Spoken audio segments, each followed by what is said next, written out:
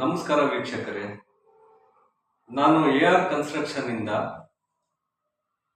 ಈ ದಿವಸ ಒಂದು ವಿಚಾರವನ್ನು ನಿಮಗೆ ತಿಳಿಸ್ಕೊಡ್ಬೇಕು ಅಂತ ಹೇಳ್ಬಿಟ್ಟು ಈ ಒಂದು ವಿಡಿಯೋದ ಮೂಲಕ ಬಂದಿದ್ದೇನೆ.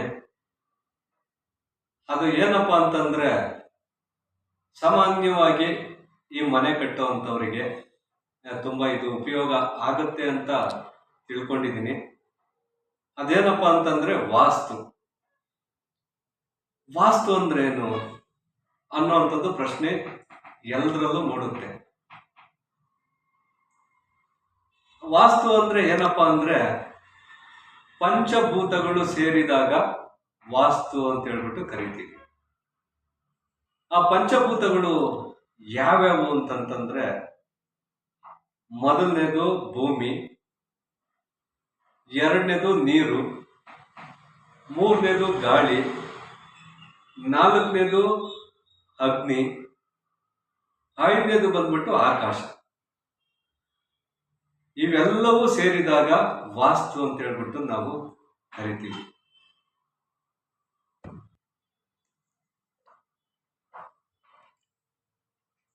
ವೀಕ್ಷಕರೇ, ಈ ಒಂದು ಪುಸ್ತಕ ತಮಗೆ ಕಾಣಿಸ್ತಾ ಇರ್ಬೋದು, ವಾಸ್ತುಶಾಸ್ತ್ರದ ವಾಸ್ತವಗಳು.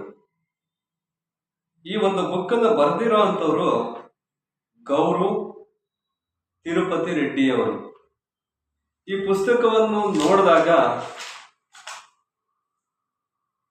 ಸುಮಾರು 1993ನಲ್ಲಿ ಈ ಮುದ್ರಣ ಆಗಿರುವಂಥದ್ದು.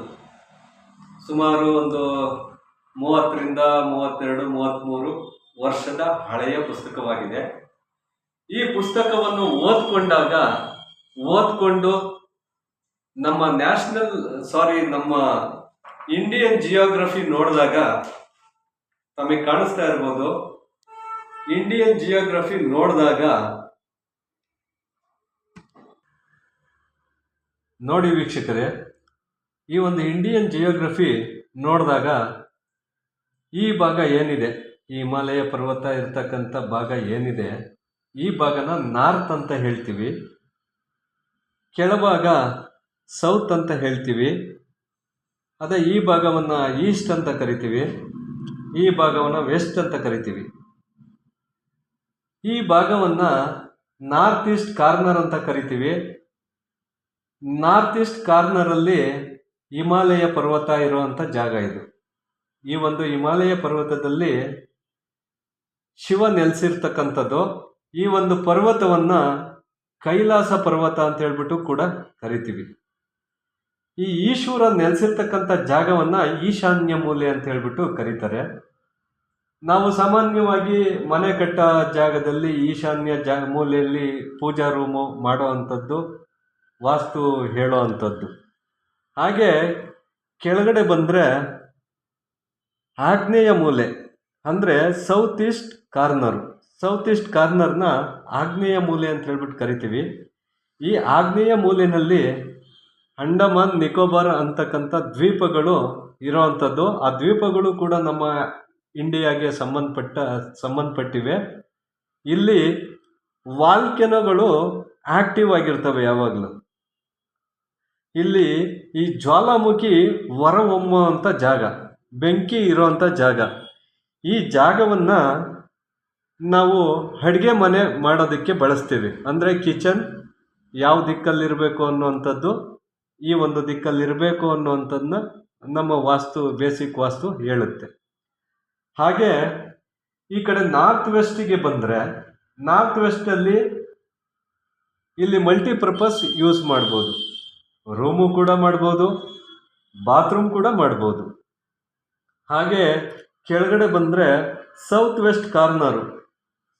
ವೆಸ್ಟ್ ಕಾರ್ನರಲ್ಲಿ ಇದನ್ನು ಕುಬೇರ ಮೂಲೆ ಅಂತ ಹೇಳ್ಬಿಟ್ಟು ಕರಿತೀವಿ. ಈ ಒಂದು ಕುಬೇರ ಮೂಲೆಯಲ್ಲಿ ನಿಮಗೆ ಗೊತ್ತಿರೋ ಹಾಗೆ ಕೇರಳ ಬರುವಂಥದ್ದು. ಕೇರಳ ರಾಜ್ಯವನ್ನು ದೇವರ ನಾಡು ಅಂತ ಕೂಡ ನಾವು ಕರಿತೀವಿ. ಆ ದೇವರ ನಾಡಲ್ಲಿ ಅನಂತ ಪದ್ಮನಾಭ ಸ್ವಾಮಿಯವರು ನೆಲೆಸಿರೋ ಅಂಥದ್ದು ತಮ್ಮೆಲ್ಲರಿಗೂ ಗೊತ್ತಿರತಕ್ಕಂಥ ವಿಚಾರ. ಅನಂತ ಪದ್ಮಸ್ವಾಮಿ ದೇವಸ್ಥಾನ ಬಂದ್ಬಿಟ್ಟು ತುಂಬ ಶ್ರೀಮಂತವಾದ ಸಂಪದ್ಭರಿತವಾದ ದೇವಸ್ಥಾನ ಅಂತ ಹೇಳೋದಕ್ಕೆ ಬಯಸ್ತೇನೆ. ಈ ಸಂಪದ್ಭರಿತವಾದ ಜಾಗವನ್ನು ಕುಬೇರ ಮೂಲೆ ಅಂತೇಳ್ಬಿಟ್ಟು ಕರಿತೀವಿ. ಈ ಕುಬೇರ ಮೂಲೆನ ಮನೆಯ ಯಜಮಾನ ಯಾರಿರ್ತಾರೆ ಆ ಮೂಲೆಯನ್ನು ಮಾಸ್ಟರ್ ಬೆಡ್ರೂಮ್ ಅಂತೇಳ್ಬಿಟ್ಟು ಮಾಡ್ಕೊತೀವಿ. ಈ ಮಾಸ್ಟರ್ ಬೆಡ್ರೂಮಲ್ಲಿ ಸಂಪತ್ತನ್ನು ಇಡೋದಕ್ಕೆ ಮಲಗೋದಕ್ಕೆ ಎರಡಕ್ಕೂ ಕೂಡ ನಾವು ಉಪಯೋಗಿಸ್ಬೋದು. ಈ ಒಂದು ಮೂಲೆನ ಕುಬೇರ ಮೂಲೆ ಅಂತ ಕರಿತೀವಿ. ಅನಂತ ಪದ್ಮನಾಭ ಸ್ವಾಮಿಯವರು ಕೂಡ ನೆಲೆಸಿರೋವಂಥದ್ದು ಮಲಗುವಂಥ ಶಯನ ಗೃಹ ಏನಿದೆ ಇದೇ ಜಾಗ, ಸಂಪತ್ತು ಇಟ್ಟಿರುವಂಥ ಜಾಗನೂ ಅದೇ ಜಾಗ. ಹಾಗಾಗಿ ಎರಡೂ ಕೂಡ ಮಲಗೋದಕ್ಕೆ ಸಂಪತ್ತಿಡೋದಕ್ಕೆ ಯೋಗ್ಯವಾದ ಜಾಗ ಅಂತ ಹೇಳ್ಬಿಟ್ಟು ಈ ಕುಬೇರ ಮೂಲೆನ ನಮ್ಮ ಒಂದು ಮನೆ ಕಟ್ಟ ಇದರಲ್ಲಿ ನಾವು ಅಳವಡಿಸ್ಕೊಂಡಿದ್ದೇವೆ. ಅದನ್ನು ಕುಬೇರ ಮೂಲೆ ಅಂತ ಹೇಳ್ಬಿಟ್ಟು ನಾವು ಕರಿತೀವಿ. Indian geography based on that ಈ ಒಂದು ವಾಸ್ತು ಉಟ್ಕೊಂಡಿದೆ. ಧನ್ಯವಾದಗಳು.